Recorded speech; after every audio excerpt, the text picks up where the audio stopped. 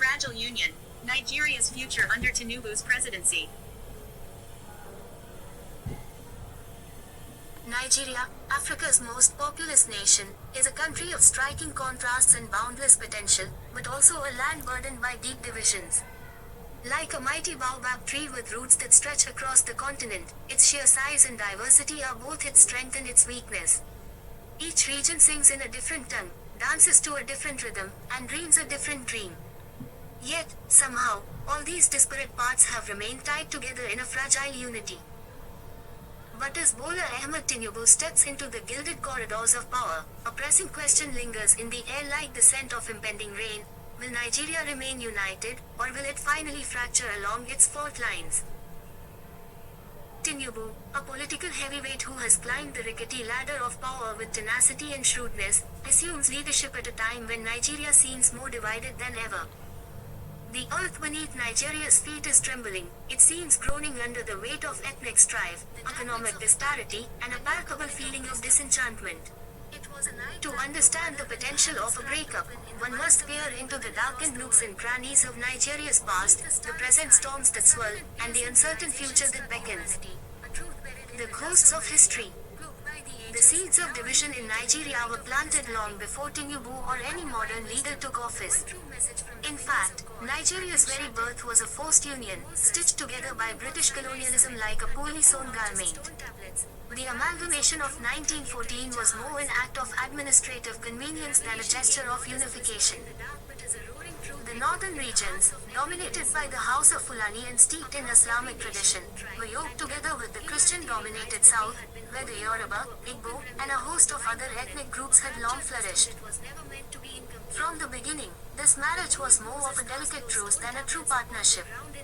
The differences were more than skin deep, they permeated every aspect of life. The North and the South grew apart like estranged siblings, each looking suspiciously at the other. Political rivalries, economic competition, and religious conflicts festered like an unhealed wound. The Nigerian Civil War, or Biafran War, that raged from 1967 to 1970 was the most violent manifestation of these divisions. A movement led by the Igbos of the southeast sought to secede from Nigeria, to carve out their own space where they could breathe free of the suffocating grip of the federal government.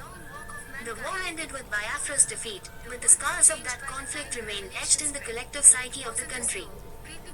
The fissures of today. As Tinubu assumes power, the forces of division are stronger than ever. The Nigerian state, like a dam with cracks spreading across its surface, is under constant threat of breaking apart. Ethnic tensions simmer like an untended pot, threatening to boil over with every crisis. In the northeast, the persistent insurgency of Boko Haram continues to ravage the land, filling the air with the acrid scent of gunpowder and fear. Their goal, an Islamic caliphate that has no place in a secular Nigeria. In the south, the Niger Delta region has long been a powder keg of discontent. The land, rich with the black gold that fuels Nigeria's economy, has been racked by violence and environmental degradation. The militants there, angered by what they see as the exploitation of their land, have turned to sabotage, turning pipelines into fiery rivers of destruction. In this cauldron of grievances, whispers of secession grow louder with each passing year. The southwest, Tinubu's own political backyard, has its own set of issues. Although the Yoruba people have largely remained loyal to the idea of a united Nigeria, there is a growing sense of dissatisfaction. The call for restructuring, a reimagining of Nigeria's federal system to grant more autonomy to the regions, has gained momentum, with many Yorubas feeling that the current system is weighted too heavily in favor of the north. Perhaps the most volatile region, however, is the southeast, where the echoes of Biafra have never truly faded. The indigenous people of Biafra, IPOB, a secessionist group, has reignited the flames of separatism, led by Nnamdi Kanu, who has become both a symbol of resistance and a figure of controversy. Despite government crackdowns, the idea of Biafra remains alive in the hearts of many Igbo people, like a dormant volcano waiting to erupt. Tinubu's challengers. Tinubu inherits these deep fractures, and the task before him is monumental. To hold Nigeria together is akin to trying to keep a river from splitting into tributaries, each pulling in a different direction. The question is, does Tinubu possess the political arguments, the wisdom, and the vision to navigate these turbulent waters, or will he merely serve as a captain on a ship that is destined to sink? Tinubu, known as the Lion of Borderland, is no stranger to political challenges. His rise to power has been marked by a keen understanding of political alliances, a mastery of Nigeria's Byzantine political landscape, and a knack for making deals that benefit all sides. But the presidency is a different beast. It is not a game of strategy played in the backrooms of Lagos. It is a stage on which the fate of a nation plays out in real time. One of Tinubu's greatest hurdles will be managing the ethnic and regional divisions that threaten to tear Nigeria apart. His own political base is the Yoruba Southwest, but to govern effectively, he must build bridges to the north, the southeast, and the volatile Niger Delta. This is no easy task, as each region has its own set of grievances and demands. The north expects to maintain its political influence, the southeast yearns for greater representation and autonomy, and the Niger Delta seeks compensation for the environmental devastation wrought by decades of oil exploration.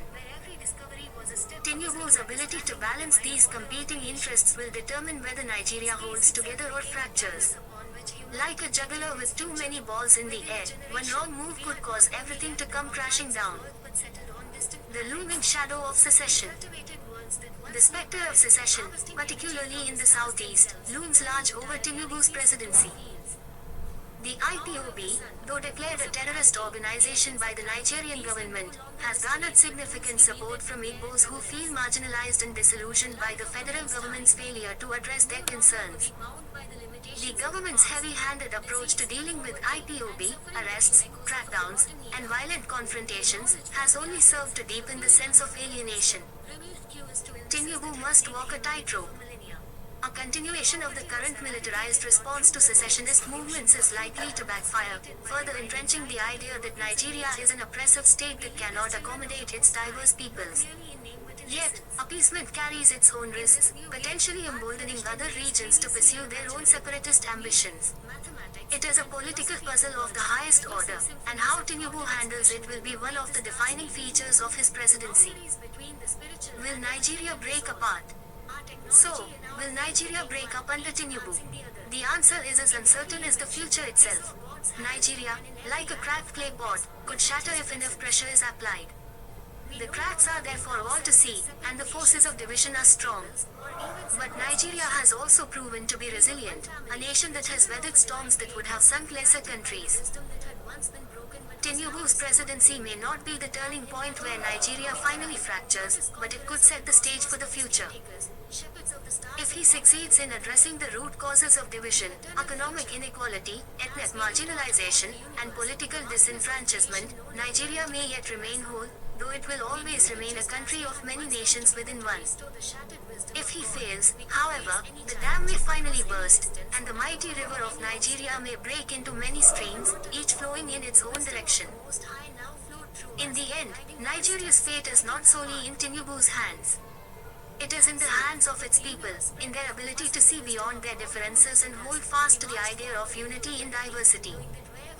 But even the strongest of ideas can be fragile, and the question of whether Nigeria will remain whole or break apart will continue to echo in the winds of history.